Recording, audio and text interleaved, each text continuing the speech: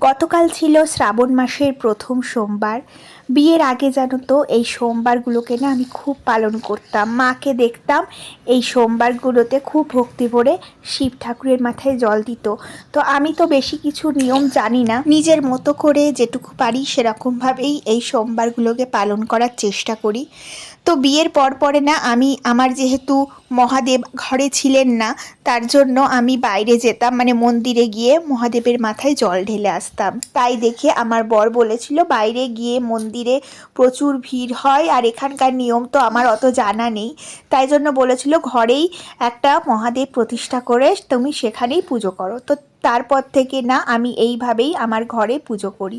তো পুজোর পরে চলে এসেছি দেখো রান্নাঘরে। আজকে পুরোপুরি ভেজ মেনু বানাবো, আর আজকে স্পেশাল যে মেনুটা বানাবো সেটা হলো ঝিঙের জল বড়া।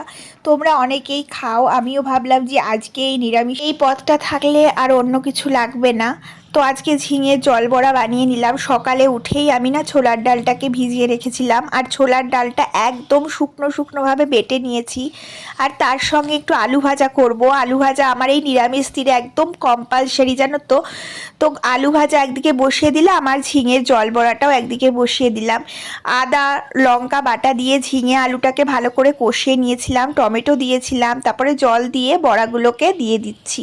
আর লাস্টে না নামানোর আগে সর্ষে পোস্ত বাটা দিয়েছিলাম। খুব সুন্দর স্বাদ হয় জানো। যদি নিরামিষ দিনে বানাও না আর তোমাদের অন্য কিছু প্রয়োজনই হবে না। নামানোর আগে অবশ্যই একটু চিনি দিও।